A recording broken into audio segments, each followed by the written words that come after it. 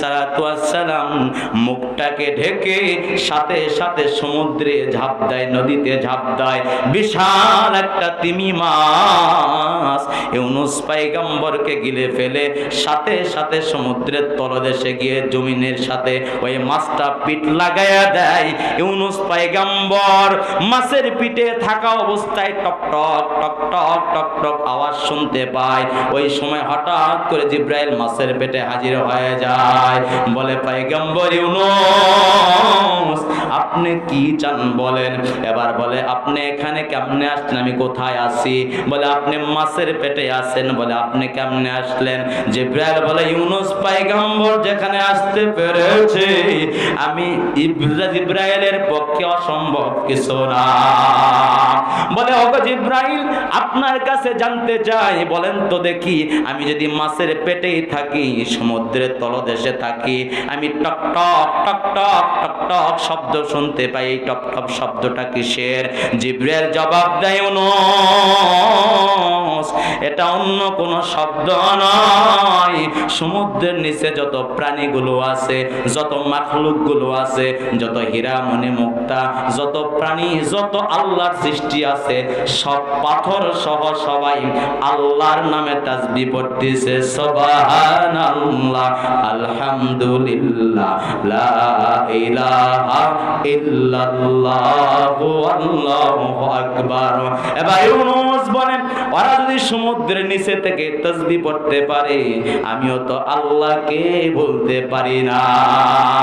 সূরা আম্বিয়ার মধ্যে আল্লাহ পাক তুলে ধরেন 87 নম্বর আয়াতে, লা ইলাহা ইল্লা আনতা সুবহানাকা ইন্নী কুনতু মিনাজ জালিমিন। ইউনূস আলাইহিস সালাতু ওয়াস সালাম আল্লাহর কাছে ক্ষমা চাইতে থাকেন আর এই তাসবিহ পড়তে থাকেন। 40 দিন পর মাছ ঘুরতে ঘুরতে সমুদ্রের কিনারায় মরুভূমিতে তাকে ফেরত দেয়। বলুন সুবহানাল্লাহ। আব্দুল্লাহ রাদিয়াল্লাহু তাআলা ক্ষমা ডাক দেয়া বলে, ইহুদি 3 নাম্বার প্রশ্নের উত্তর ঠিক আসেনি? বলে, হ্যাঁ ঠিক। এবার হযরতে ওমরকে ডাক দেয়া বলেন, পড়ায়া দেন, আশহাদু আল্লাহ ইলাহা ইল্লাল্লাহু ওয়া আশহাদু আন্না মুহাম্মাদান আবদুহু ওয়া রাসূলুহু। আল্লাহর বান্দারা, যেই জবান দিয়ে ইউনূস আলাইহিস সালাতু ওয়াস সালাম আল্লাহকে ডেকেছেন, ওই জবান আল্লাহ আমাদেরকে দিয়েছেন না দেয় নাই? আল্লাহ বলেন, ও যুবক, ওয়া কাদা রাব্বুকা আল্লা তা'বুদু ইল্লা ইয়্যাহু ওয়া বিল ওয়ালিদাইনি ইহসানা। রব ডাক দেয়া বলে, যুবক, তোমাকে যে আমি জবান দিয়েছি, ওই জবান দিয়ে কখনো তোমার মাকে ওয়ালা তানহারহুমা ওয়া কুল্লাহুমা কাওলান কারীমা। আল্লাহ পাক ডাক দেয়া বলে, যুবক শোনো, ও পর্দার অন্তরের মা বোনরা আপনারা শুনুন। আল্লাহ বলেন, শোনো, তুমি একবারে যুবক হও নাই, তুমি একবারে যুবতী হও নাই। তোমাকে আল্লাহ হুকুম দেয়, ওয়াসায়াল ইনসানা বিওয়ালিদাইহি হামালাতুহু উম্মুহু ওয়াহনান আলা ওয়াহনিন ওয়া ফিসালুহু ফি আমাইন। রব ডাক দেয়া বলেন, যুবক শোনো, যুবতী শোনো, তুমি একবারে যুবক হও নাই, যুবিত হও নাই। তুমি মাকে কষ্ট দিও না, বাবাকে কষ্ট দিও না। মা বাবার মুখ কিন্তু মক্কা মদিনা। লক্ষ টাকা খরচ করে খানায় কাবায় যাও, হজ কিন্তু নাও কবুল হতে পারে রে ভাই। মা যদি কষ্ট পায়, তুমি জান্নাত পাবা না।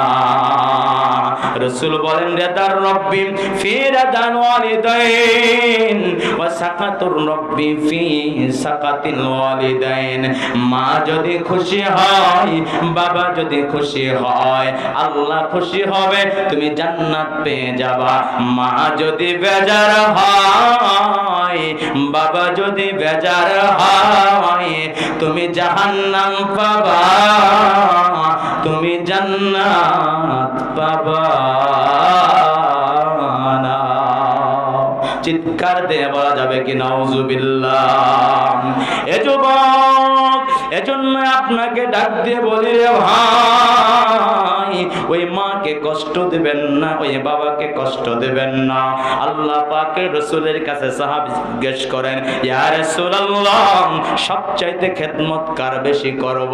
বলেন তোমার মা, তারপর তোমার মা, তারপর তোমার মা, তারপর তোমার বাবা, তারপর তোমার নিকটাত্মীয়।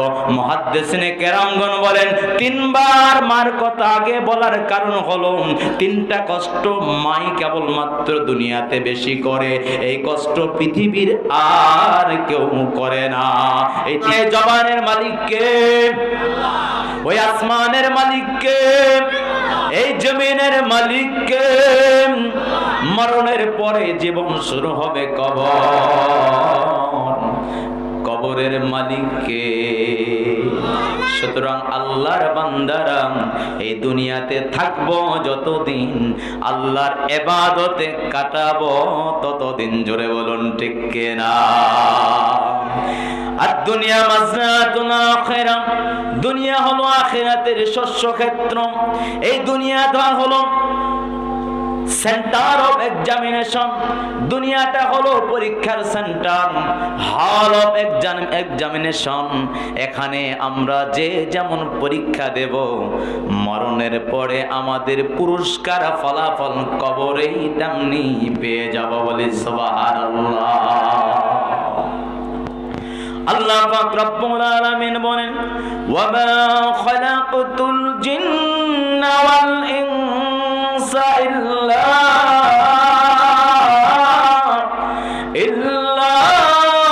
লিয়াবুদুন।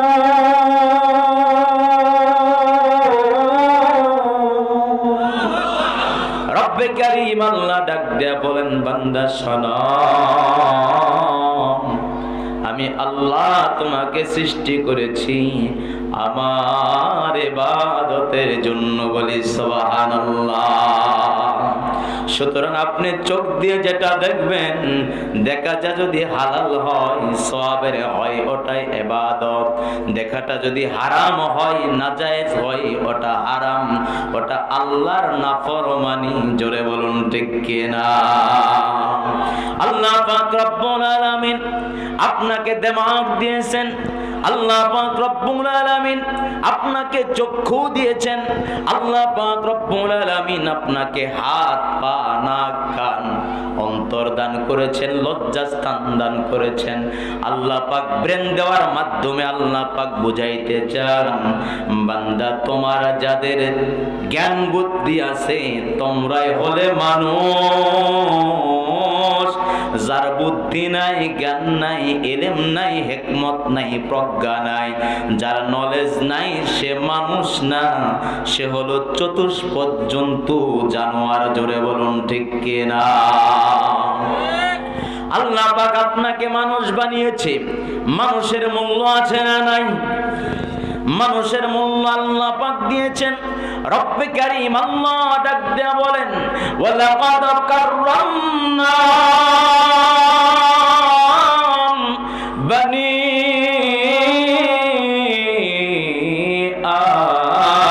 আদম। রব ডাক দেয়া বলেন, শোনো,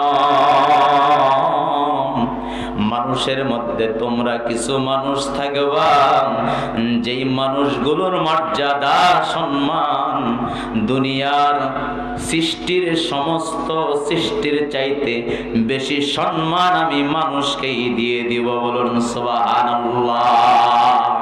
শুধু সৃষ্টি মানুষ নয়, শুধু সৃষ্টি গরু ছাগল বা অন্য কিছু নয়, মুফাসসিরে কেরামগণ বলেন যত ফেরেশতা আছে ফেরেশতার চাইতেও আল্লাহ পাক মানুষদেরকে বেশি সম্মান দান করবেন বলে সুবহানাল্লাহ। কারণ ফেরেশতার চরিত্র হলো ফেরেশতা গুনাহ করে না, ফেরেশতার চরিত্র হলো হারাম জিনিস দেখে না, ফেরেশতার চরিত্র হলো অবৈধ কোনো কর্মে লিপ্ত থাকে না। আর মানুষ যদি এই গুণাগুণগুলি ধরতে পারে আল্লাহ পাক বলেন ফেরেশতার চাইতেও বেশি কোয়ালিটিফুল তোমাকে বানাবো। কারণ ফেরেশতার খাবারের প্রয়োজন হয় না, ফেরেশতার ঘুমেরও প্রয়োজন হয় না, ফেরেশতার জৈবিক চাহিদারও কোনো প্রয়োজন নাই।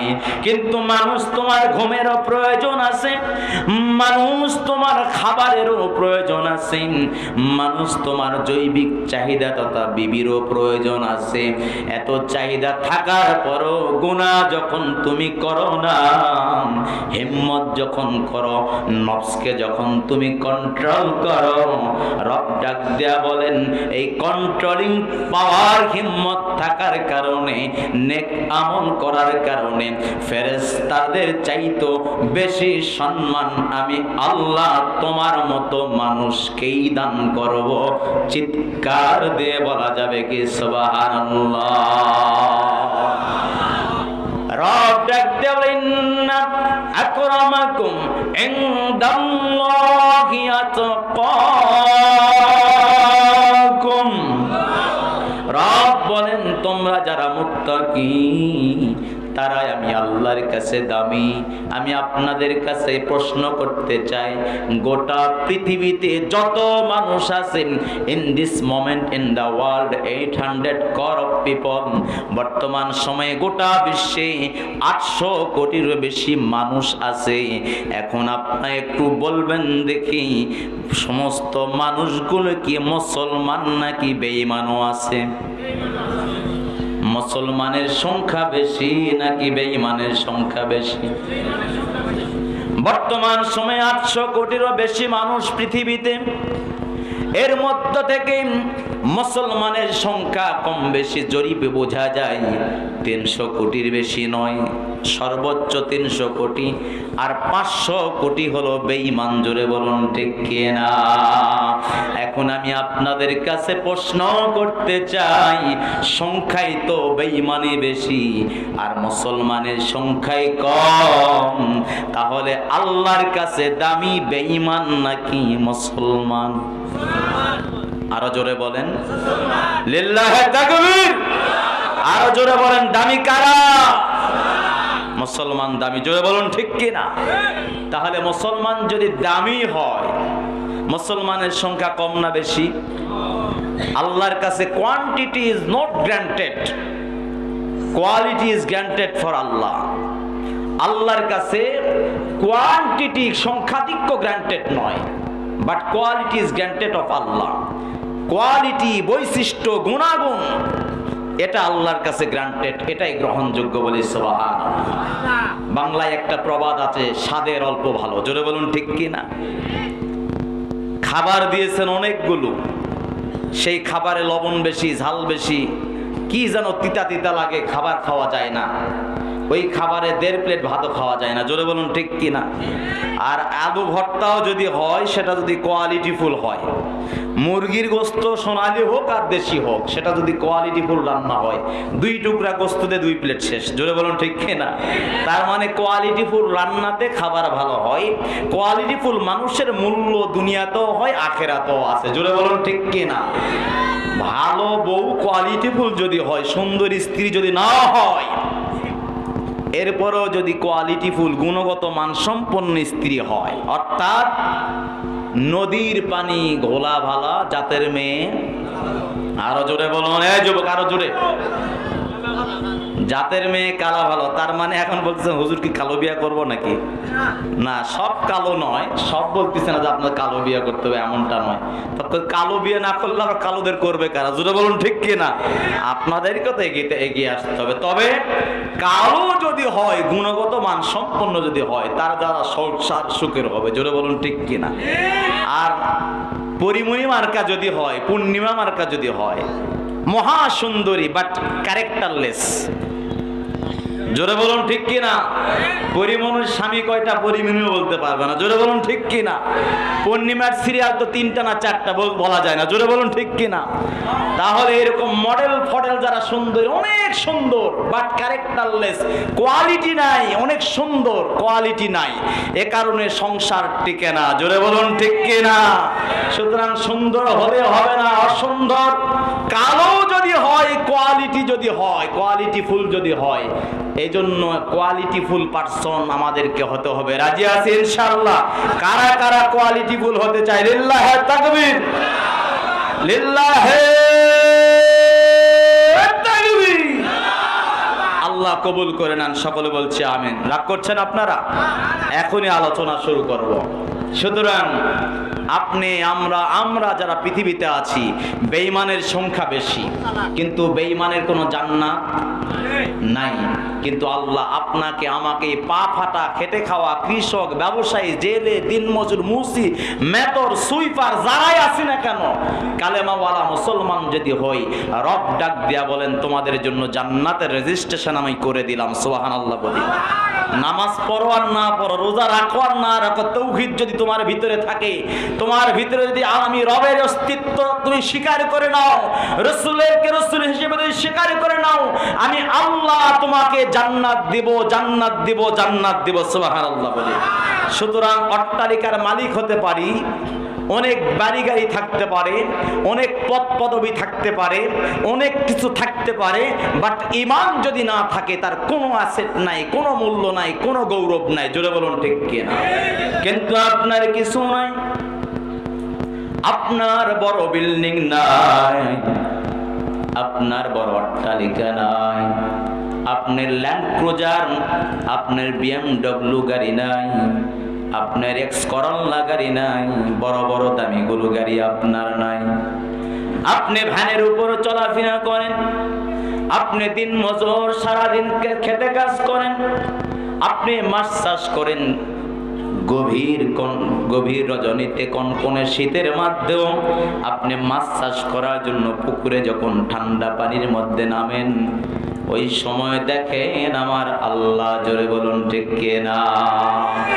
রাসূল ডাক দিয়া বলেন, মান শাহিদা আল্লাহ ইলাহা ইল্লাল্লাহ ওয়া আন্না মুহাম্মাদার রাসূলুল্লাহ হারামা আলাইহিন নার। সকলে বলি লা ইলাহা ইল্লাল্লাহ মুহাম্মাদুর রাসূলুল্লাহ। একবার পরে আশহাদু আল্লাহ ইলাহা ইল্লাল্লাহ ওয়া আশহাদু আন্না মুহাম্মাদান আবদুহু ওয়া রাসূলুহু। রাসূল বলেন, আমার কোন উম্মত যদি কালেমা পড়ে, যদি বলে লা ইলাহা ইল্লাল্লাহ মুহাম্মাদুর রাসূলুল্লাহ, আল্লাহ পাক তার জন্য জাহান্নামের আগুন হারাম করে দেন। বলি সুবহানাল্লাহ। আখিরাতে জায়গা কয়টা? কয়টা? দুইটা জায়গা, একটা হলো জান্নাত আর একটা হলো জাহান্নাম। রাসূল বললেন, কালেমা পড়লো যে জাহান্নাম হারাম করলো সে, এখন জায়গা কয়টা বাকি থাকলো? প্রশ্ন করব, বুঝে থাকলে উত্তর দিবেন। কারো জন্য জাহান্নাম যদি আল্লাহ হারাম করে দেন, তার জন্য কোনটা জায়গা হবে? আরো জোরে বলেন। নাটোরের মুসলমান আরো জোরে বলেন। কারা কারা জান্নাত পেতে চায় হাতটা জায়গায়? আল্লাহ তুমি কবুল করে নাও। সকলে বলছে আমিন। সুতরাং গোটা পৃথিবীতে 800 কোটি মানুষের মধ্যে 500 কোটি মানুষ বেঈমান, তাদের জান্নাত নাই। কিন্তু আপনি আমি পা ফাটা মুসলমান হলে কি হবে? এক বেলা খাইতে পাই, 2 বেলা না পাই, তারপরে কালেমা থাকার কারণে আল্লাহ পাক দয়া করে এক সময় আমাদের জান্নাত দিয়ে দিবেন। বলি সুবহানাল্লাহ। এজন্য আল্লাহর প্রিয় বান্দারা, জান্নাত যখন পাবোই তাহলে আজকে থেকে মানুষকে ইচ্ছা মতো মারবো। জান্নাত যখন পাবো আজকে থেকে আর কোনোদিন কেবলার দিকে হব না। জান্নাত যখন পাবো আজকে থেকে ভাইকে আর সম্পদ দেব না, বোনকে আর কোনোদিন বাড়িতেও আসতে দিব না। জান্নাত যখন পাবো আজকে থেকে আর কোনোদিন এতিমখানায় আর টাকা দিব না, হেফজখানায় আর সাহায্য করব না, মসজিদের হুজুরকে আর সালামও দেব না। জোরে বলুন ঠিক কি না? এরকম না, এরকম না। জান্নাত আপনি পাবেন যার কোয়ালিটি যত ভালো, যেই দোকানের প্রোডাক্ট যত কোয়ালিটি ফুল, ওই দোকানের খরিদ্দার তত বেশি হয়, ওই দোকানের বেচা কেনা তত বেশি হয়। জোরে বলুন ঠিক কিনা? যেই মুমিনের কোয়ালিটি যত বেশি হবে, যেই মুমিন যত বেশি বুজুর্গ হবে, যেই মুমিন যত বেশি সত্য কথা বলবে, যেই মুমিন যত বেশি ওজনে ঠিকঠাক দিবে, যেই মুমিন যত বেশি মুরব্বীদের শ্রদ্ধা করবে, সালাম বিনিময় করবে, যেই মুমিন যত বেশি মা বাবার খেদমত করবে, যেই মুমিন যত বেশি কোরআন তেলাওয়াত করবে, যেই মুমিন যত বেশি জিকির আজকার করবে, যেই মুমিন যত বেশি তাকওয়া অবলম্বনের সর্বোচ্চ চেষ্টা করবে, আল্লাহ পাক ওই মুমিনকে তত বেশি কোয়ালিটি ফুল করে তার কাছাকাছি জায়গা দান করে দিবেন। বলি সুবহানাল্লাহ। এজন্য কারা কারা চাই আল্লাহ পাকের একদম কাছে আমাদের জায়গা হোক? কারা কারা চাই হাতটা জায়গায়? আল্লাহ কবুল করে নেন। সকলে বলছি আমিন। রাগ করছেন মাঝে মাঝে, তাই না? যে হুজুর এত হাত উঠাই কেন? রাগ করছেন না আপনারা? হাত উঠাইতেছি দুই কারণে। একটা কারণ আল্লাহকে সাক্ষী দেওয়া, আর দুইটা কারণ হলো না মাঝে মাঝে ঘুম যেন না আসে। জোরে বলুন ঠিক কিনা? এই জন্য হাত উঠাইতেছি যাতে দুইটাই সফল হয়। প্রথম কারণ আল্লাহ যাতে দেখতে পারে, ফেরেশতা আল্লাহ তো দেখতেছেন, তারপরে ফেরেশতা যেন সাক্ষী থাকে, এই জন্য হাত উঠাইতেছি। আর দ্বিতীয় কারণ ঘুম টুম যেন না আসে। জোরে বলুন ঠিক কিনা? আল্লাহ আমাদের কবুল করে নিন। সকলে বলছি আমিন। তাহলে এই জবান কার? এই চোখ কার? এই কান দুটা কার? এই হাত দুটা কার? এই পা দুটা কার? এই নফস, এই কল্পটা কার? অন্তর কার? লজ্জাস্থান সবই আল্লাহর, কিন্তু সাময়িকভাবে এগুলোর কন্ট্রোলিং পাওয়ার দিয়েছেন আল্লাহ আমাদেরকে। জোরে বলুন ঠিক কিনা? আল্লাহ পাক রব্বুল আলামিন বলেন, ইন্নাস সামআ ওয়াল বাসারা ওয়াল ফুআদা কুল্লু উলাইকা কানা আনহু মাসউলা।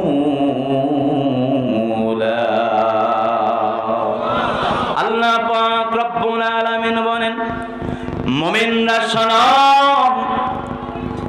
তোমাদের কান, তোমাদের চক্ষু, তোমাদের সাথে থাকা অন্তর কিয়ামতের ময়দানে তোমার পক্ষে সুপারিশ করবে অথবা তোমার বিপক্ষে দাঁড় হয়ে যাবে, নালিশ করবে। আল্লাহ পাক ডাক দেয়া বলেন, বান্দা শোনো, আমি রব তোমাকে চক্ষু দিয়েছি, ভালো জিনিসের দিকে তাকাও।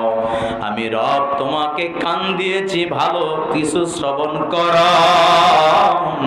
আমি রব তোমাকে অন্তর দিয়েছি, ভালো চিন্তা ভাবনা করো, ভালো কিছু অনুধাবন করো।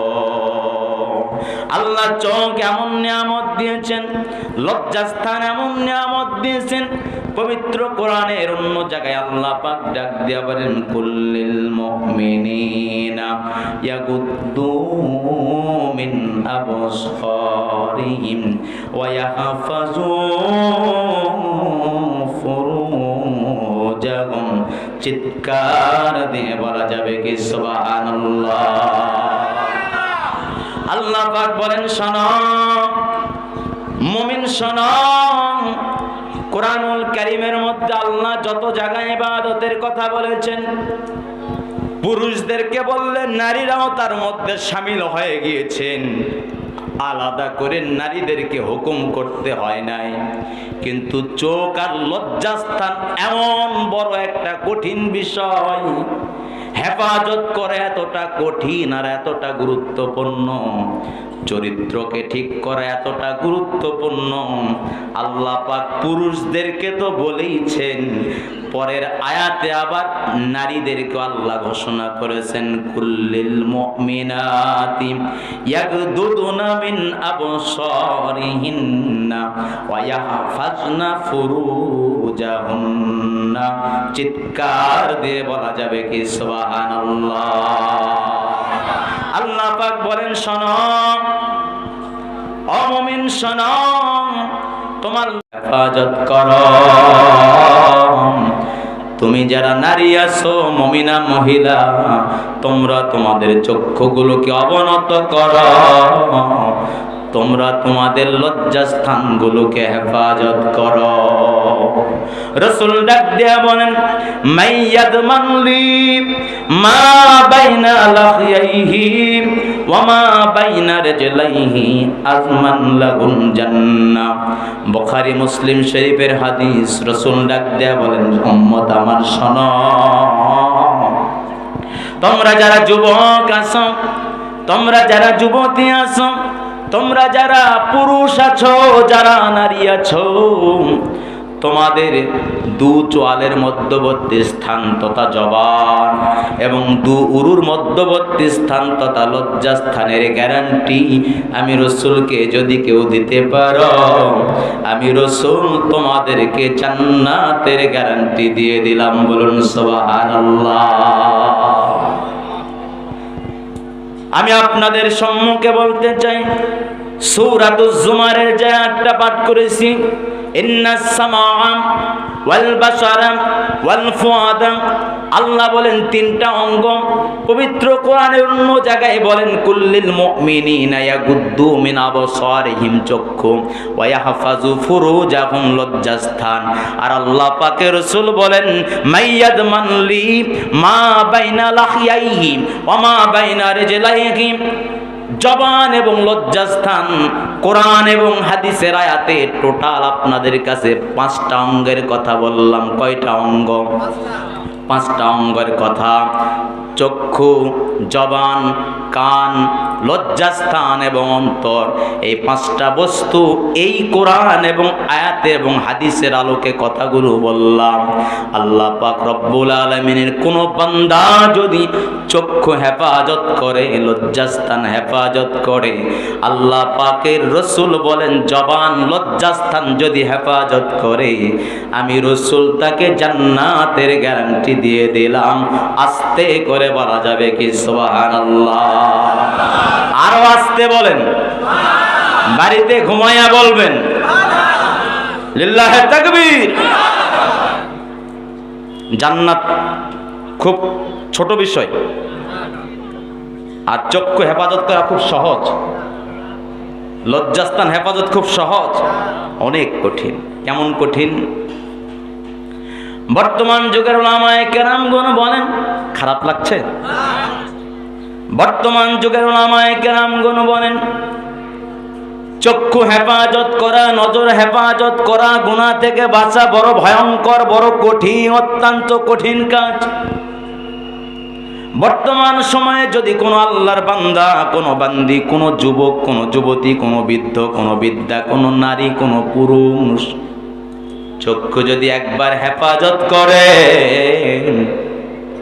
আল্লাহ পাকের বান্দারা বলেন 1 লক্ষ তাহাজ্জুদ নামাজ আদায় করলে যে সওয়াব পাওয়া যায়, একটাবার নজরটাকে হেফাজত করলে আল্লাহ পাক ওই বান্দা বান্দির আমলনামায় ওই সওয়াব দান করে দেয়। বলুন সুবহানাল্লাহ। রাস্তায়, বনপাড়া, স্কুল অ্যান্ড কলেজে মেয়েরা চড়তে যায়, মেয়েরা যখন সামনের দিকে যায় মন বলে দেখ পিছনে তারা ধর, একবার ওরে দেখাই লাগবে কেমন সুন্দর, জোরে বলুন ঠিক কিনা।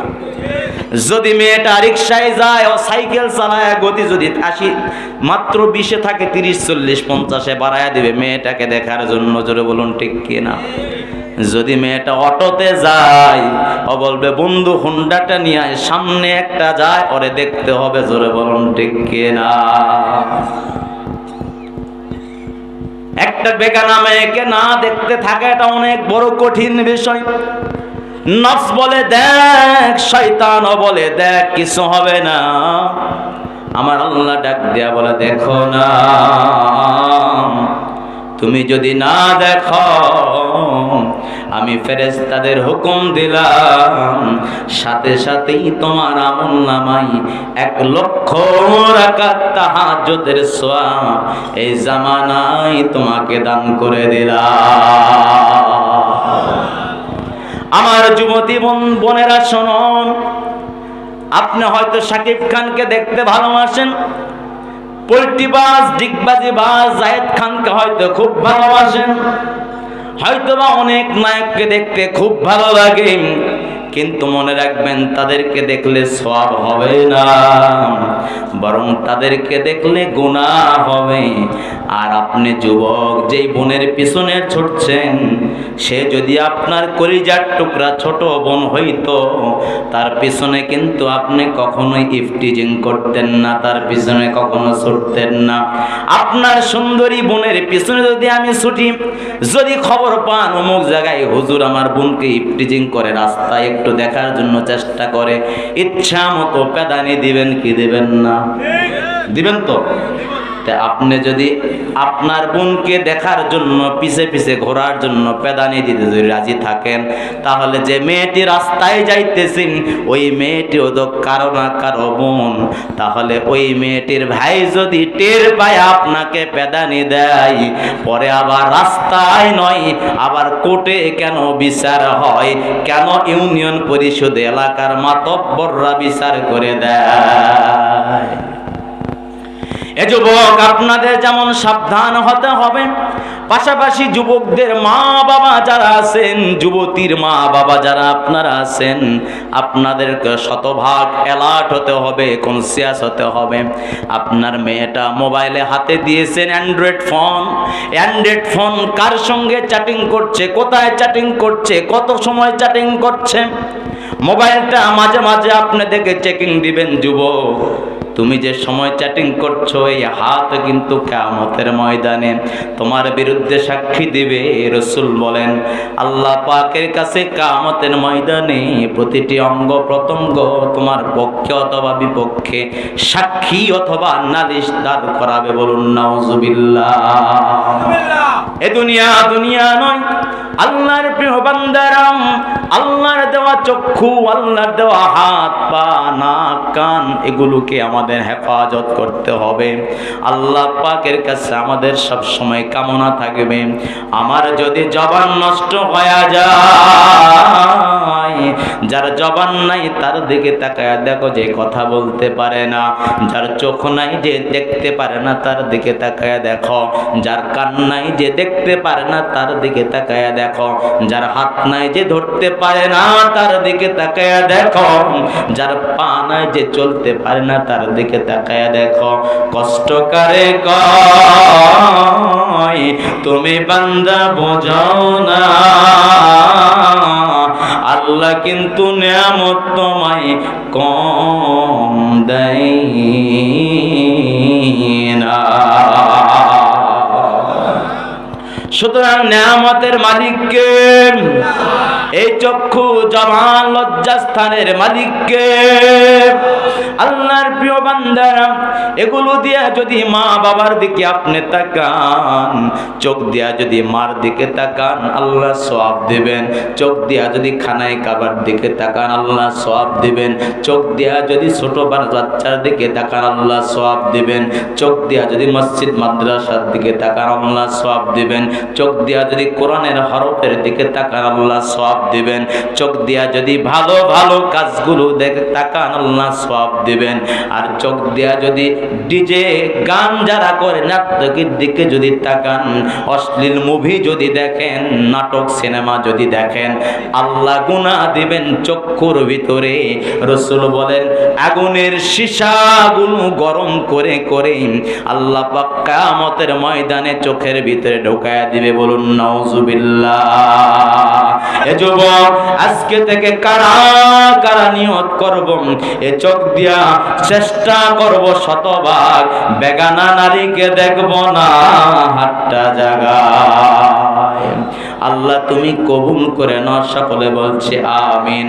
আল্লাহর প্রিয় বান্দারা, সামনের দিকে আলোচনার দিকে যায়।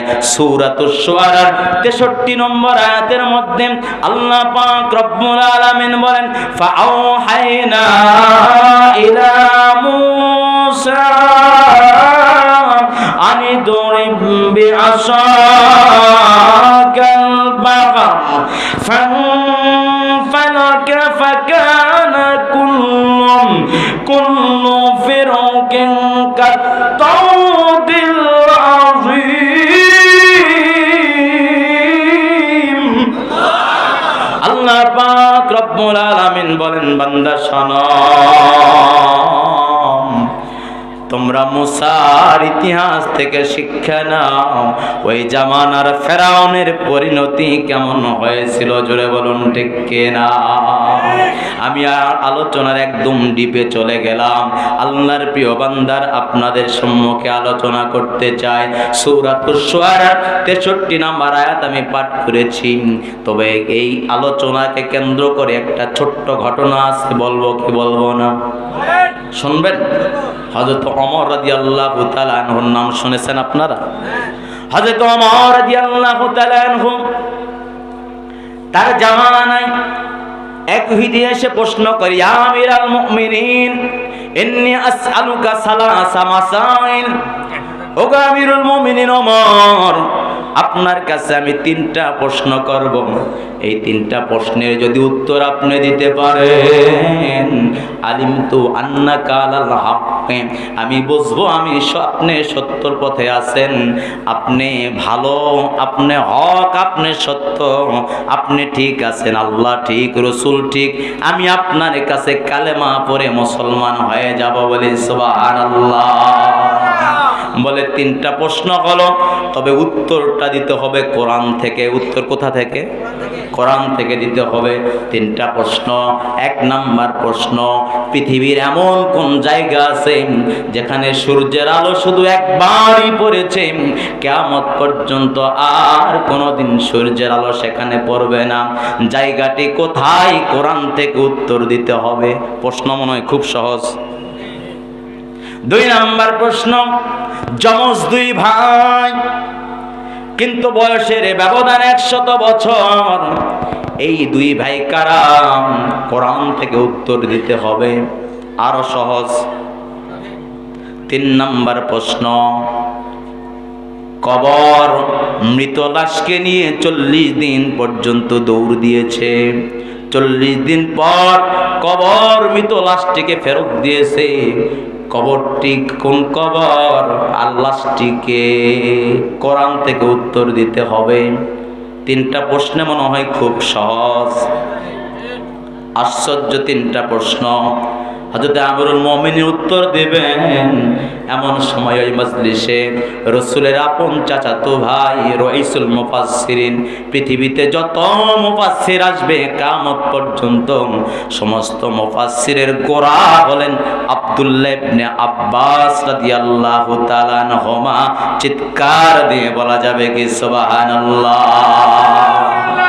রাসূলের চাচাতো ভাই আব্দুল্লাহ ডাক দেয়া বলেন, আমিরুল মুমিনিন, আপনি যদি আপনি অনুমতি দেন, এই 3টা প্রশ্নের উত্তর আমি অধম আব্দুল্লাহ দিতে চাই। আমিরুল মুমিনিন ইহুদির দিকে তাকায়। ইহুদি, আমি উত্তর না দিয়ে যদি ওই ছেলেটি দেয় চলবে কিনা? কিতাবের মধ্যে তাফসীরের মধ্যে পাওয়া যায় আব্দুল্লাহ ইবনে আব্বাস রাদিয়াল্লাহু তাআলা আনহুমার বয়স তখন 14 থেকে 15 বছর, বলি সুবহানাল্লাহ। 14-15 বছরের একটা ছেলে ইহুদির আশ্চর্যজনক 3টা প্রশ্নের উত্তর দিতে চায়। ইহুদি একবার ওমর রাদিয়াল্লাহু তাআলা আনহুর দিকে তাকায়, আর একবার হযরতে আব্দুল্লাহ ইবনে আব্বাস রাদিয়াল্লাহু তাআলা আনহুমার দিকে তাকায়। এবার বলে, বাঁশের থেকে যদি কঞ্চির পাওয়ার বেশি হয় কোনো আপত্তি নাই। এবার হযরত ওমর অনুমতি দেন। হযরত আব্দুল্লাহ ডাক দিয়ে বলে, ইহুদি আপনার প্রথম প্রশ্ন হলো, পৃথিবীতে এমন কোন জায়গা সূর্যের আলো শুধু একবারই পড়েছে, কিয়ামত পর্যন্ত আর কোনোদিন পড়বে না, জায়গাটি কোথায়? ওকে ইহুদি, আপনি সূরাতুশ শুআরা পাঠ করবেন। আপনি মুসা আলাইহিস সালাতু ওয়াস সালামের ইতিহাস কি জানেন না? ফেরাউনের ইতিহাস কি জানেন না? কারণ এই জন্যই বললাম, আপনি কোরআন নিঃসন্দেহে জানেন, জেনে বুঝে আপনি কোরআনকে জেনেই তারপরে প্রশ্ন করছেন। আমি নিশ্চিত জানি যে কোরআন সম্বন্ধে আপনার বিজ্ঞ, আপনি কোরআন সম্বন্ধে সঠিক ধারণা আপনার আছে, বলুন সুবহানাল্লাহ। ইহুদি শুধু মাথা নাড়ায়, কিছুই বলে না। হযরত আব্দুল্লাহ রাদিয়াল্লাহু তাআলা আনহু ডাক দিয়ে বলেন, শুনুন, আল্লাহ পাক যখন মুসা আলাইহিস সালাতু ওয়াস সালামকে বললেন, ইযহাব ইলা ফিরআউন ইন্নাহু তাগা, ওগো মুসা আপনি যান, আপনার ভাই হারুনকে নিয়ে ফেরাউনের কাছে দাওয়াত দেন, অবরোধত্বপূর্ণ আচরণ করছে, ও নিজেকে আনা রব্বুকুমুল আলা বলে দাবি করছে। আল্লাহ পাকের বাণীতে আদিষ্ট হয়ে মুসা পয়গম্বর যখন ফেরাউনের কাছে দাওয়াত দিতে যায়, ফেরাউন দাওয়াত গ্রহণ করে না, কিন্তু মুসা আলাইহিস সালাতু ওয়াস সালামের কাজ কারবার তার দাওয়াত ফেরাউনের ঘরের দাসী পর্যন্ত ঈমান এনেছে, বলি সুবহানাল্লাহ। তার ঘরে থাকা আসিয়া ঈমান এনেছে, আল্লাহকে সে বলে না। মুসা আলাইহিস সালাতু ওয়াস সালাম যখন দাওয়াত দেয়, অসংখ্য মানুষ বনি ইসরায়েলের ঈমান এনেছে, আল্লাহকে রব হিসেবে স্বীকার করে নিয়েছে। মুসা পয়গম্বর, হারুনকে পয়গম্বর হিসেবে স্বীকার করে নিয়েছে। এত মানুষ যখন ঈমান আনে, ফেরাউনের মাথা ঠিক নাই, জোরে বলুন ঠিক কিনা? ফেরাউন এবার সব জাদুকরগুলোকে মিশরের একত্রিত করেছে, করার পরে বলছে, নিশ্চয় এটা মুসার জাদুর কাজ, তাছাড়া ওর কথাই তো কেউ এভাবে আমাকে ছাড়তে পারে না।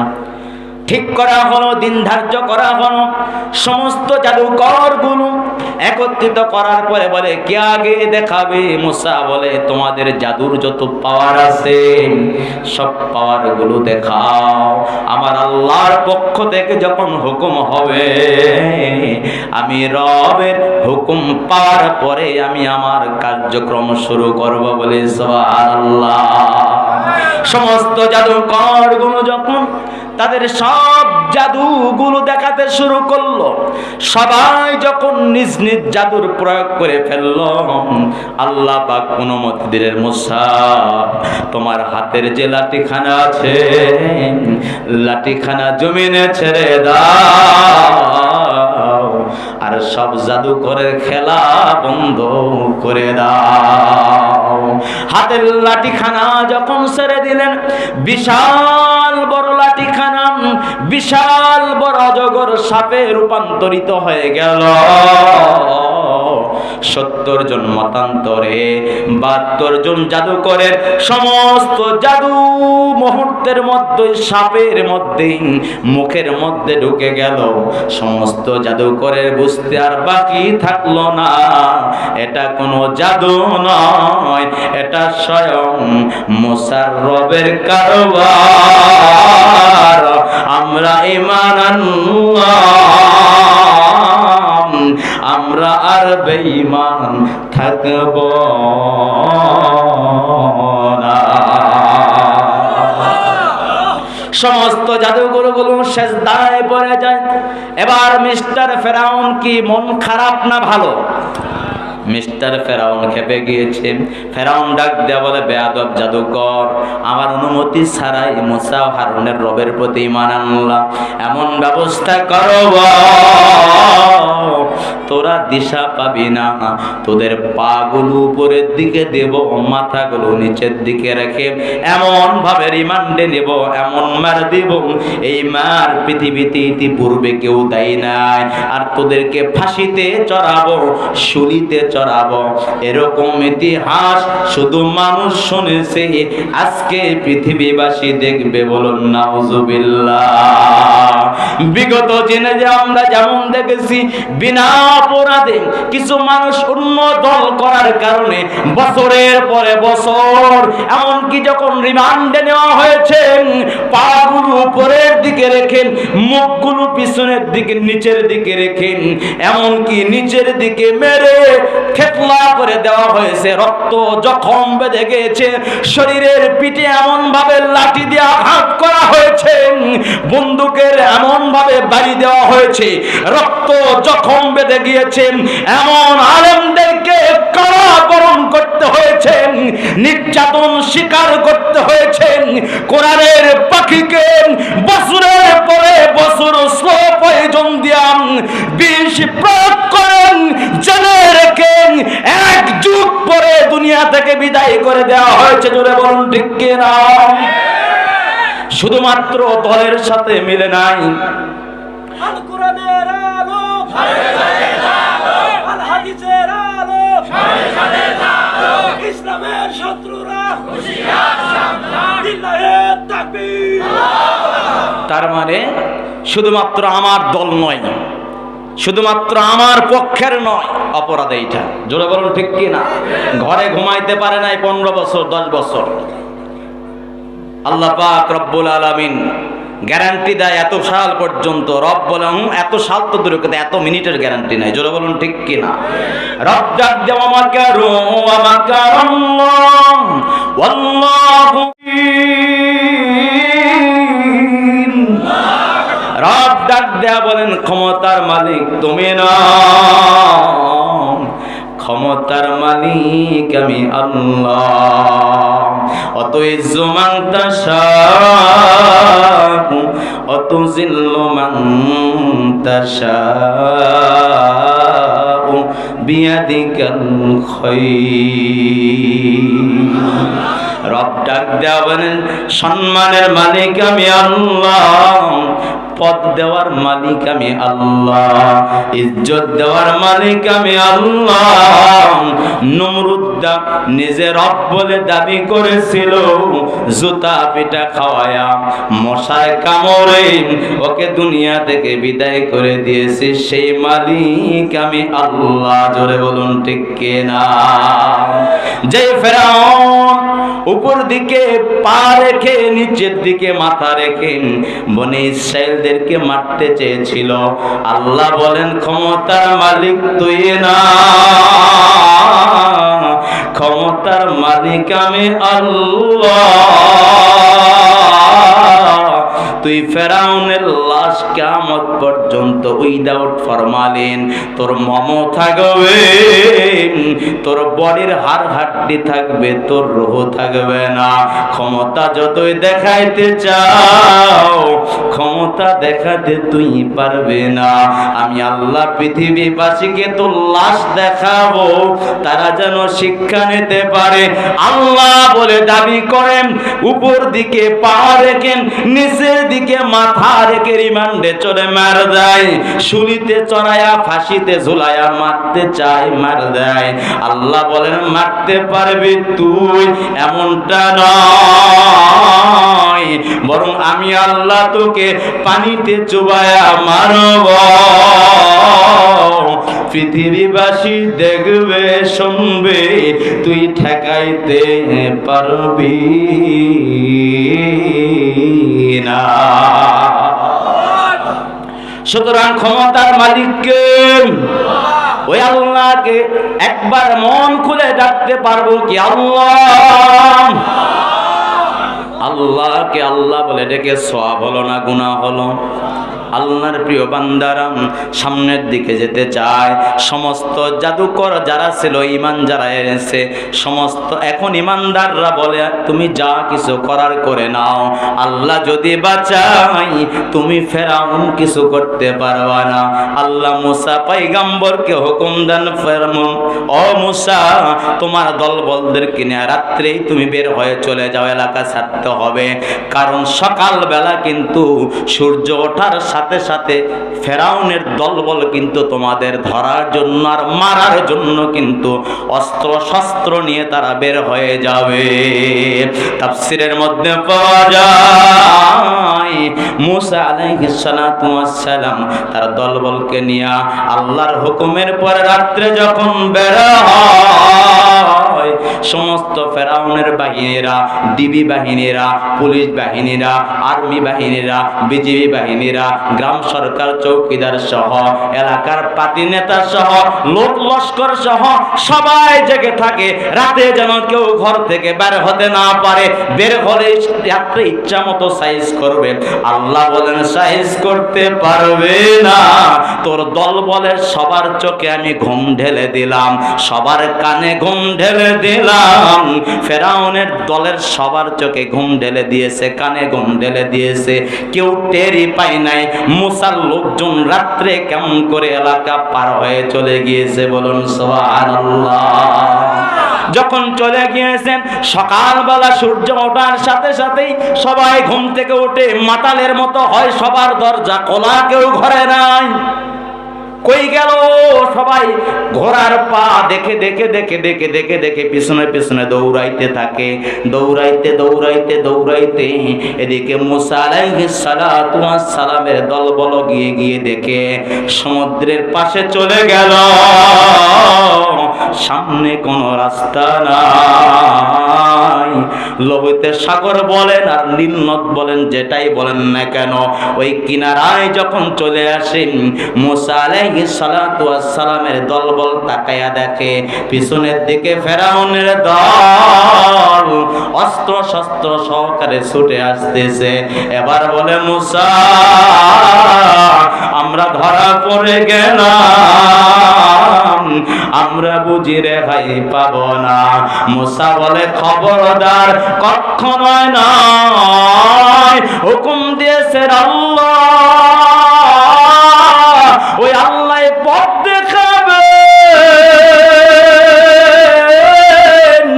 আমরা ধরা পড়ব না, আমরা মুক্তি পাব, মুক্তি দিবে মোদের রব্বানা।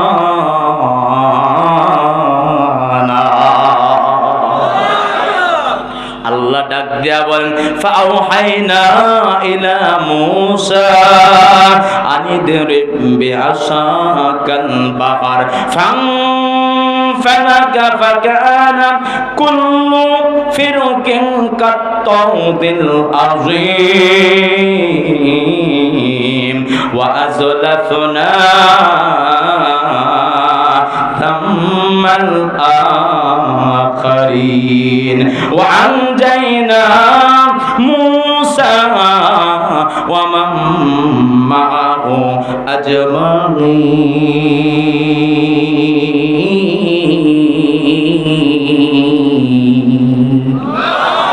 আল্লাহ বলেন মুসা তোমার হাতের লাঠিটা সমুদ্রে মারো, সমুদ্রে মারার সাথে সাথে 12টা রাস্তা হয়ে যায়, বলুন সুবহানাল্লাহ।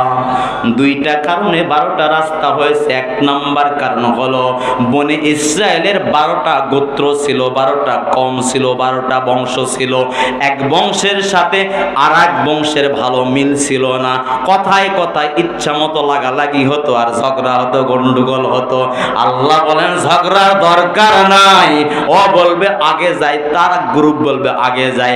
আল্লাহ বলেন আগে সবাই যেতে পারবেন, 12টা দল 12 রাস্তা দিয়ে যাইবে, বলুন সুবহানাল্লাহ। 2 নাম্বার কারণ হলো লোক সংখ্যা যেহেতু 5 লক্ষেরও বেশি, 7 লক্ষের কাছাকাছি, অতি দ্রুত যেন লোহিত সাগর পার হয়ে ওপারে যেতে পারে, এজন্য 12টা রাস্তা আল্লাহ এক লাঠির আঘাতে করে দিয়েছেন। বলে সুবহানাল্লাহ। মুসা পয়গম্বর যখন সমুদ্রের মাঝে চলে যান দলবল সহ, মিস্টার ফেরাউনের দলবল যখন চলে আসে, চলে এসে দেখে রাস্তা, সমুদ্রের রাস্তা, বিশাল ব্যাপার। বলে বস, রাস্তা কে বানাইলো? বস বলে হাম। ফেরাউন কি বলে? হাম, আমি বানিয়েছি। বানাইছে কে? ও ফেরাউনও জানে আল্লাহ বানাইছে, জোরে বলুন ঠিক কিনা। কিন্তু ফেরাউন বলে হাম, আমি বানিয়েছি। দেখো না এত সুন্দর রাস্তা, আমি ছাড়া কে বানাবো? কিন্তু ফেরাউন যে পারে না, এটা তার কাছের থাকা দাসী মাশাতা নামে এক দাসী ছিল। সে বলে আপনি যদি আল্লাহই হবেন, আপনি যদি সবই বানাবেন, তা আপনার নাকটা একটা এবড়ো থেবড়ো চ্যাপড়া এত বড় বানাইছেন কেন? আর একটু সুন্দর বানাতে পারেন নাই? চুপ! আমার নাক আমি জামনে বানাইতে আমরা বানাও, তুই এত কথা বলিস কে? তুই দাসী। আচ্ছা বলেন তো, নাক কি ও বানাইছে? নাক বানাইছে কে? ফেরাউনই বানাইছে। আল্লাহ তো রাস্তা বানাইছে কে? আল্লাহ বানাইছে। এখন বলে আমি বানিয়েছি। নামো, সবাই নেমে যাও।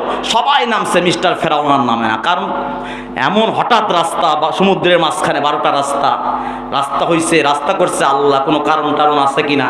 একবার ফেরাউন বলেছিল, আচ্ছা বলো তো, যদি কেউ মালিকের হুকুম পালন না করে তার শাস্তি কি হতে পারে? রাজদরবারে সবাই চুপ দিল। ফেরাউনের মুখ থেকে বেরাছে। ফেরাউন সিদ্ধান্ত দিল, যদি কেউ মালিকের হুকুম পালন না করে তার শাস্তি হলো তাকে পানিতে চুবাইয়া মারতে হবে। তা আল্লাহ কথাটা ঠিক রাখছে। মিস্টার ফেরাউন নামে নাই, সবাই নামছে। মিস্টার ফেরাউন ঘোড়ার উপরেই আছে, রাস্তা তার নাম, তার সমুদ্রের নামে না। সবাই নেমে দৌড়াইতেছে ওদেরকে ধরার জন্য। মিস্টার ফেরাউন ঘোড়ার লাগাম টেনে ধরেছে, ঘোড়া যেন দৌড় না দেয়।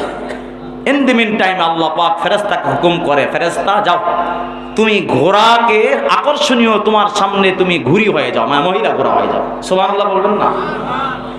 এখন বলেন তো, নেগেটিভ পজিটিভ আকর্ষণ আছে না নাই? বর্তমানে নারী আর পুরুষের আকর্ষণ আছে না নাই? একটা মেয়েকে ছেলে দেখার জন্য দৌড় দেয়, জোরে বলুন ঠিক কিনা। এজন্য যখন ফেরাউন যে ঘোড়াতে বসে আছে, ওই ঘোড়া যখন দেখতে পাচ্ছে তার সামনে একটা মহিলা ঘুরি, আর ফেরাউনের ঘোড়া আর কন্ট্রোলে নাই। ফেরাউনের ঘোড়া একটা লাফ দিচ্ছে। ফেরাউন বলে থাম থাম থাম থাম থাম থাম। কে শোনে কার কথা? ফেরাউনের ঘোড়া আর শোনা না, লাফ দিয়া দৌড়। কিছুক্ষণ দেওয়ার পরে গিয়ে দেখে আর সামনের মহিলা ঘোড়া আর নাই, আউট। আসলে কি এটা ঘোড়া ছিল ফেরেশতা? কত দূর যাওয়ার পরে রাস্তা বন্ধ হয়ে যায়। মুসা আলাইহিস সালাতু ওয়াস সালামের দলবল ওই পারে চলে যায়। আল্লাহ বলেন সুম্মা আগরাকনাল আখারিন। আর ফেরাউনের দলবল রবের হুকুমে আল্লাহ পাক পানিকে হুকুম দেয়, পানি রাস্তাগুলো বন্ধ করে দাও।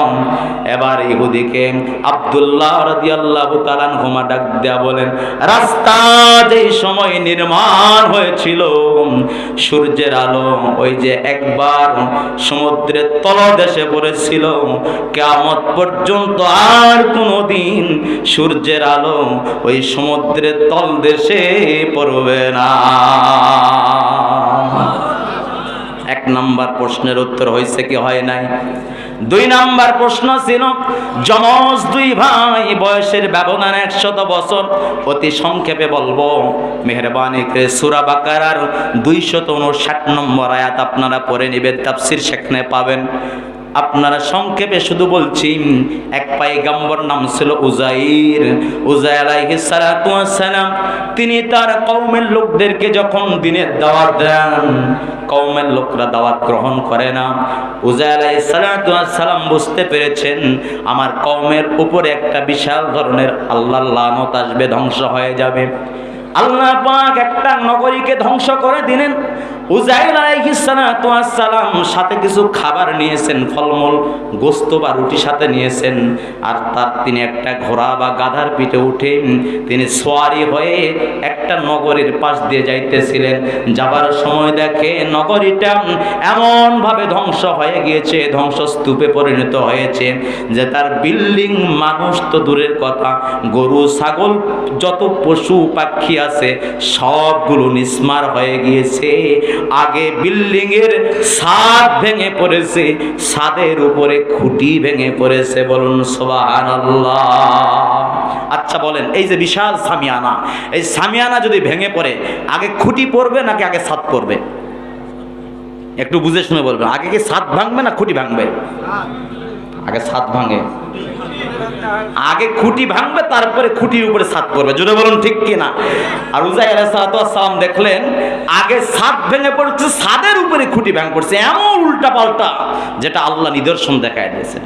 উজাইর আলাইহিস সালাম চিন্তা করেন, আল্লাহ এমন ধ্বংসস্তূপ এক মুহূর্তের মধ্যে তুমিই বলেছো, আবার মুহূর্তের মধ্যে তুমি আবার সবকিছু একত্রিত করবা। এই ধ্বংসস্তূপকে কেমন করে এত দ্রুত তুমি করবা? একটু চিন্তায় পড়ে গিয়েছেন তিনি, মনের ভিতরে একটু খটকা, অবিশ্বাস করে না কিন্তু খটকা। উজাইর আলাইহিস সালামকে আল্লাহ পাক সাথে সাথে ঘুম ঢেলে দিন, তার কানে এবং চোখে ঘুমায়া গেলেন। কতক্ষণ ঘুমানোর পরে চোখ যখন মেলেছে, আল্লাহ পাক প্রশ্ন করে, উজাইর কত সময় তুমি ঘুমালা? উজাইর আলাইহিস সালাম জবাব দেন, আল্লাহ ফেরেশতাদের মাধ্যমে জানায় দেন, আল্লাহ আমি একদিন এক রাত অথবা তার চাইতে একটু কম সময় ঘুমাইছি। ফেরেশতা বলেন, একদিন নয়, এক রাত নয়, এক সপ্তাহ নয়, এক মাস নয়, এক বছর নয়, আপনি 100 বছর ঘুমের মধ্যে কাটিয়ে দিয়েছেন। বলুন সুবহানাল্লাহ। আপনি দেখেন আপনার সাথে যে ঘোড়া বা গাধাটি ছিল, ঘোড়া বা গাধার কোনো চিহ্ন নাই। তিনি তাকায় দেখেন ঘোড়ার সমস্ত হাড্ডিগুলো চুরমার হয়ে গিয়েছে, চামড়াও নাই, কিছুই নাই।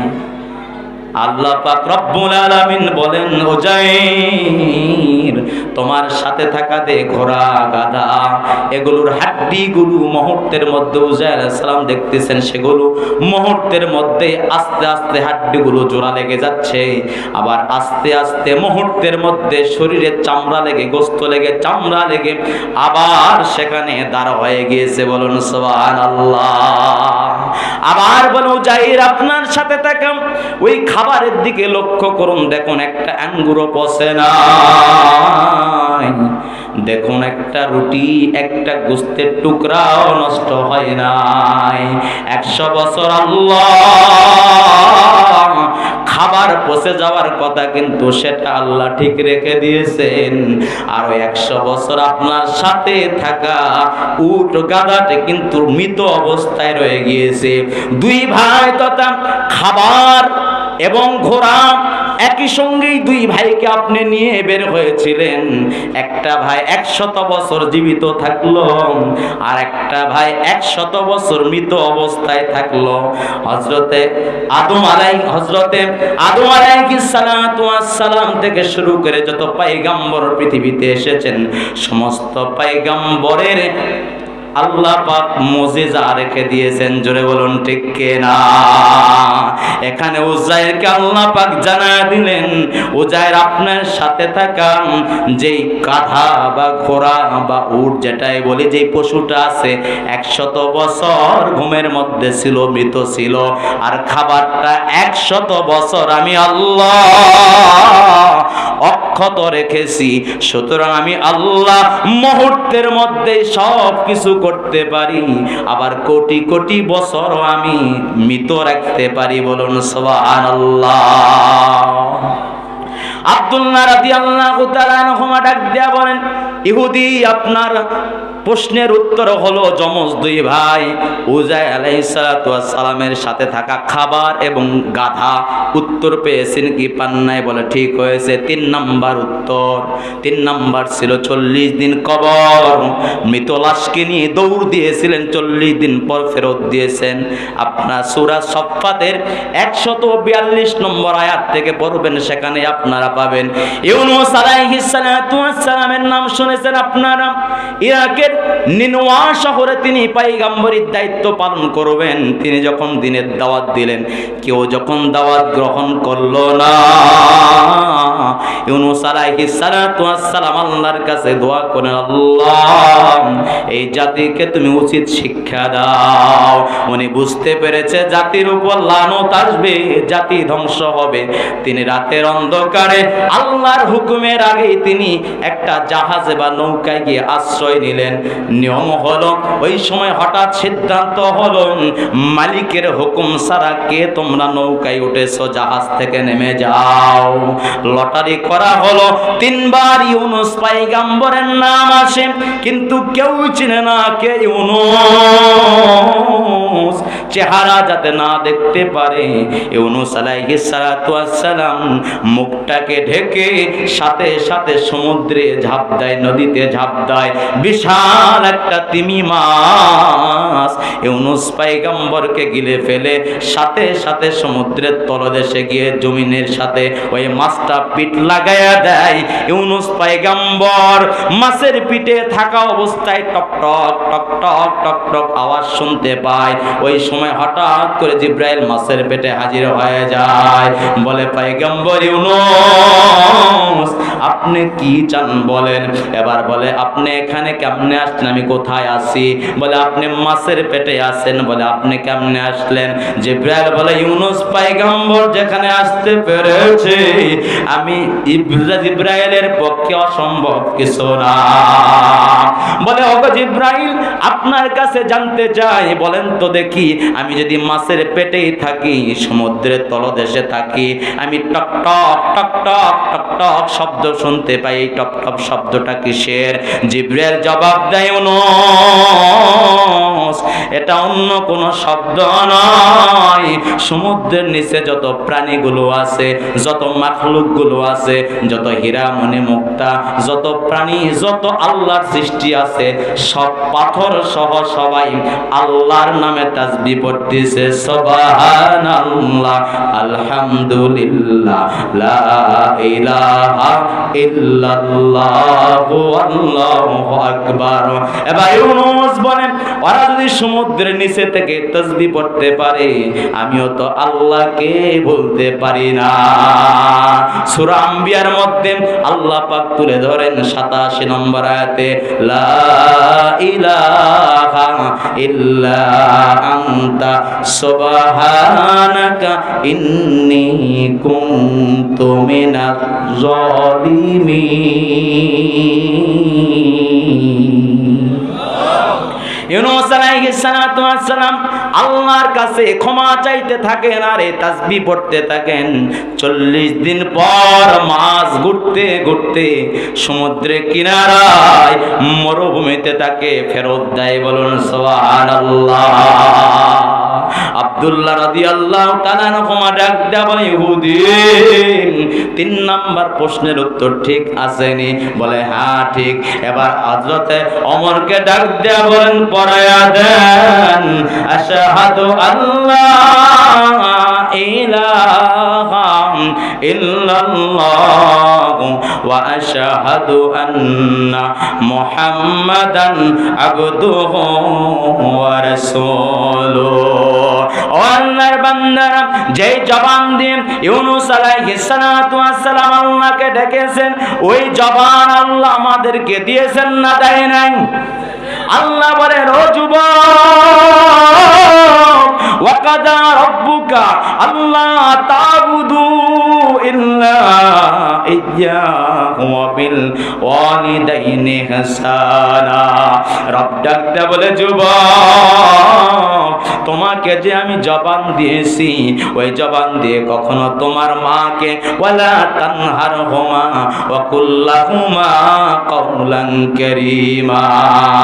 আল্লাহ পাক ডাক দেওয়া, যুবক শোনো, ও পর্দার অন্তরের মা বোনরা আপনারা শুনুন।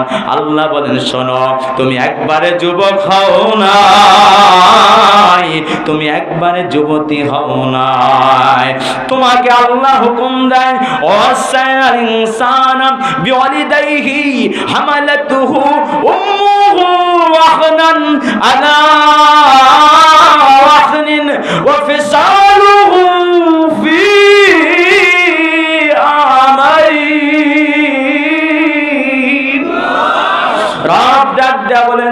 শোনো,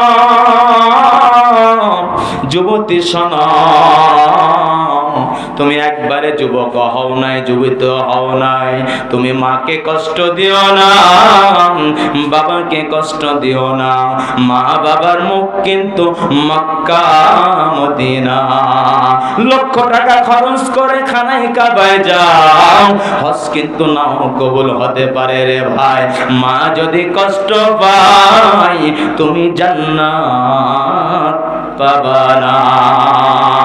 রাসূল বলেন রেদার রব্বি ফি রাদান ওয়ালিদাইন ওয়া সাকাতুর রব্বি ফি সাকাতিল ওয়ালিদাইন। মা যদি খুশি হয়, বাবা যদি খুশি হয়, আল্লাহ খুশি হবে, তুমি জান্নাত পেয়ে যাবা। মা যদি বেজার হয়, বাবা যদি বেজার হয়, তুমি জাহান্নাম পাবা, তুমি জান্নাত পাবা না। চিৎকার দিয়ে বলা যাবে কি নাউজুবিল্লাহ। এ যুবক, এজন্য আপনাকে ডাক দিয়ে বলি রে ভাই, ওই মাকে কষ্ট দিবেন না, ওই বাবাকে কষ্ট দিবেন না। আল্লাহ পাকের রাসূলের কাছে সাহাবী জিজ্ঞেস করেন, ইয়া রাসূলুল্লাহ, সবচাইতে খেদমত কার বেশি করব? বলেন তোমার মা, তারপর তোমার মা, তারপর তোমার মা, তারপর তোমার বাবা, তারপর তোমার নিকটাত্মীয়। মুহাদ্দিসিনে কেরামগণ বলেন তিনবার মার কথা আগে বলার কারণ হলো তিনটা কষ্ট মাই কেবলমাত্র দুনিয়াতে বেশি করে, এই কষ্ট পৃথিবীর আর কেউ করে না। এই তিনটা কষ্টের কথা বলতে চাই, শুনবেন কি শুনবেন না? মাত্র সামনে একটু আগান, মাত্র জি সামনে আগান, একটু শুরু করেন। জি আলহামদুলিল্লাহ। ইস্তেগফার, আস্তাগফিরুল্লাহ রব্বি মিন কুল্লি জানবি ওয়া আতুবু ইলাই, আস্তাগফিরুল্লাহ রব্বি মিন কুল্লি জানবি ওয়া আতুবু ইলাই, আস্তাগফিরুল্লাহ রব্বি মিন কুল্লি জানবি ওয়া আতুবু ইলাইহি, লা হাওলা ওয়ালা কুওয়াতা ইল্লা বিল্লাহিল আলিয়্যিল আযীম। আস্তাগফিরুল্লাহ রব্বি মিন কুল্লি জানবি ওয়া আতুবু ইলাইহি, লা হাওলা ওয়ালা কুওয়াতা ইল্লা বিল্লাহ। এলাকায় কবর, এজন্য কবর জিয়ারতের উদ্দেশ্যে কয়েকবার ইস্তেগফার পড়ি, একবার সূরা ফাতিহা পড়ি, তিনবার সূরা ইখলাস পড়ি। এটাই তো বলছেন তাই না? আমি চাবো কি চাবো না, আমার তো একটা কৌশল আছে।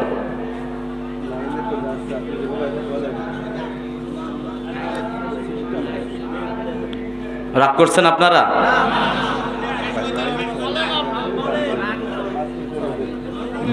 পাঁচ মিনিট সময় দিবেন ইনশাল্লাহ। মুহাদ্দিসিনে কেরামগণ বলেন পৃথিবীতে মাই কেবলমাত্র তিনটা কষ্ট করে, পৃথিবীতে মাই কেবলমাত্র তিনটা কষ্ট করে, কষ্ট পৃথিবীর আর কেউ করতে পারে না। এক নাম্বার কষ্ট হলো মাই কেবলমাত্র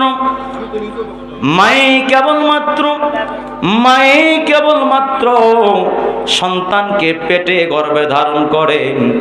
মায়ের নারীর সাথেই কেবলমাত্র সন্তানের নারীর কানেকশন আছে। পৃথিবীতে কোনো বাবাও কোনোদিন সন্তানকে গর্ভে ধরে না। জোরে বলুন ঠিক কিনা? দুই নাম্বার কষ্ট হলো মাই কেবলমাত্র সন্তানকে জন্ম দেয়, প্রসব যন্ত্রণা সহ্য করে। মুতাফাসসিরে কেরামগণ বলে মার সাথে সন্তানের নারীর যেমন কানেকশন আছে, সন্তান যখন মা প্রসব করতে যায় মায়ের 7টি জরায়ুর পর্দা থাকে। সন্তানের পায়ের আঘাতে অথবা মাথার আঘাতে মায়ের জরায়ুর পর্দাগুলো যখন টাস টাস করে ফেটে যায়, মা ব্যথা সহ্য করতে পারে না। পাশে বসে থাকা চাচির হাতটা চেপে ধরে কান্না করে। সন্তান জন্ম দেওয়ার সময় অজ্ঞান হয়ে যায়। এই কষ্টটা কেবল মাই সহ্য করে, পৃথিবীর আর কোনো মানুষ সহ্য করে না। 3 নাম্বার কষ্ট হলো পৃথিবীতে মাই কেবল সন্তানকে দুধ পান করায়। চিকিৎসকগণ বলেন প্রতিটি মা 2টি বছরে কমপক্ষে সন্তানকে 27 মণ দুধ পান করায়। যে এক ফোঁটা দুধের খরচ, দুধের বিনিময় পৃথিবীতে কেউ দিতে পারবো না। জোরে বলুন ঠিক কিনা? এজন্য শিল্পী বলেন, মায়ের এক দার দুধের দাম কাটিয়া গায়ের চাম, পাপোশ বানাইলে মায়ের ঋণ শোধ হবে না। এমন দরদি ভাবে কেউ হবে না আমার মা গো। আল্লাহ পাক রব্বুল আলামিন যুবকদেরকে ডাক দিয়া বলেন, যুবতীদেরকে ডাক দিয়া বলেন, যুবক শোনো, যুবতী শোনো, মা বাবার মুখ কিন্তু মক্কা মদিনা। ওই মাকে কষ্ট দিও না, ওই বাবাকে কষ্ট দিও না। কত যুবক তোমাকে জন্ম দেওয়ার পরে তোমার হাত নাই, কত যুবকের পা নাই, কত যুবক অন্ধ, কত যুবক কালো কুশ্রী, এরপরও মা তাকে ফেলে দেয় নাই। ও যুবতী বোন, ও যুবক ভাই, তুমি যখন ছোট ছিলা তোমাকে লালন পালন করতে গিয়া তোমার মা নিজে ভাতের ফেনা খাইছে, নিজে অনেক সময় না খেয়ে থেকেছে, তোমাকে খাবার খাইয়েছে। তোমার বাবা মানুষের বাড়িতে কাজ করছে, আলুর জমিনে কাজ করছে, সিমের জমিনে কাজ করছে, ধানের জমিনে কাজ করছে, মানুষের কাছ থেকে ঋণের উপর টাকা নিয়া ঈদের সময় তোমাকে জামা কাপড় কিনে দিয়েছে। এ যুবক তুমি একবারে বড় হও না, তোমাকে পালন করার জন্য, লালন করার জন্য কত মানুষ তোমার মা বাবাকে কত কিছু বলেছে, তারপরে তোমার মা তোমাকে ফেরত দেয় নাই, ফালায় দেয় নাই। এ যুবক হাজারো যদি তুমি টাকা পয়সা খরচ করো, বৃদ্ধ বাপগুলোর দিকে তাকাইয়া দেখো, যারা কবরে গেছে, কবরে যাওয়া মা বাবাকে কোনোদিন সন্তান আর ফেরত পায় না। কত বৃদ্ধ কবরের পাশে যায়, মাকে ডাকে, বাবাকে ডাকে, মা বাবাকে পায় না। এ যুবক তুমিও থাকবে না, আমিও থাকব না। তোমার বাবা যেমন নাই, আমার বাবাও তেমন নাই, ওই বৃদ্ধ হাজী সাহেবের বাবাও তেমন নাই। কবরের পাশে গিয়ে কাঁদে আর ডাকে, বলে আব্বু একটাবার কথা বলো।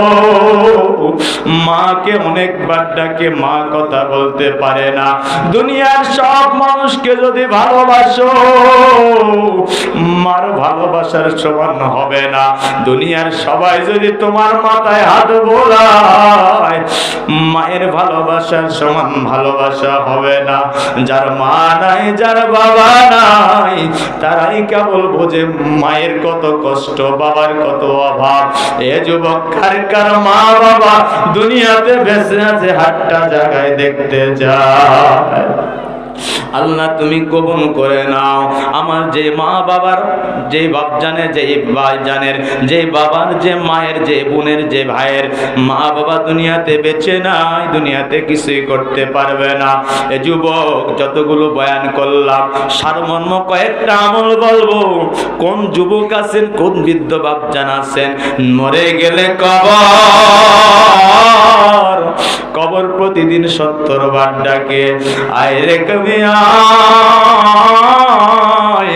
আমি কবর অন্ধকারের ঘর, আমি কবর সাপ বিচ্ছু পোকামাকড়ের ঘর, আমি কবর নির্জনতার ঘর, আমি কবর কোনো নেতা চিনি না, আমি কবর কোনো ধনী চিনি না, আমি কবর কোনো গরিব চিনি না, আমি কবর কোনো মোটা চিনি না, আমি কবর কোনো চিকন চিনি না, আমি কবর কোনো ফর্সা বুঝি না, আমি কবর কোনো কালো বুঝি না, আমি কবর কোনো বৃদ্ধ বুঝি না, আমি কবর কোনো যুবক যুবতী বুঝি না। আমি কবরের মধ্যে যদি আসো, নেক আমল নিয়ে আসো, যদি নেক আমল আনো, আমি কবর তোমার জন্য বেহেশতের বাগান হইব। আর যদি তুমি আমল না নিয়ে আসতে পারো, রসুল বলে কবরের মাটি, রসুল হাত দিয়া দেখায় দেন, এমন ভাবে চাপ দেবে, 2 পাজরের মাটিগুলো, 1 পাজরের মধ্যে হাড্ডি গুলো, আরেক পাজরের মধ্যে এইভাবে ঢুকিয়া চোরমার হয়ে যাবে, কেউ ঠেকাতে পারবে না। ও নাটুরের মুসলমান, কোন আল্লাহর বান্দা আছেন মাকে ভালোবেসে, বাবাকে ভালোবেসে এই পঞ্চগ্রামের উদ্যোগে আগামী বছর মাহফিল হোক? কারা কারা চায় আমরা আগামী বছর মাহফিলটা হোক? ইল্লাহে তাকবীর। আল্লাহ তুমি কবুল করে নাও এই মাহফিলের জন্য, মাদ্রাসার জন্য, মসজিদের জন্য, এতিমখানা হাফেজিয়ার জন্য। কোন আল্লাহর বান্দা আছেন মাদ্রাসার জন্য, কবরস্থানের জন্য? কোন আল্লাহর বান্দা আছেন একজনকে দেখতে চাই, 10,000 টাকা একজন আল্লাহর বান্দা দিবেন, দেখতে চায়? আল্লাহ তুমি কবুল করে নাও। সকলে বলছে আমিন। চেয়ারম্যান আবুল কালাম আজাদ 5,000 নগদ 10 বস্তা ছিল। লিল্লাহে তাকবীর।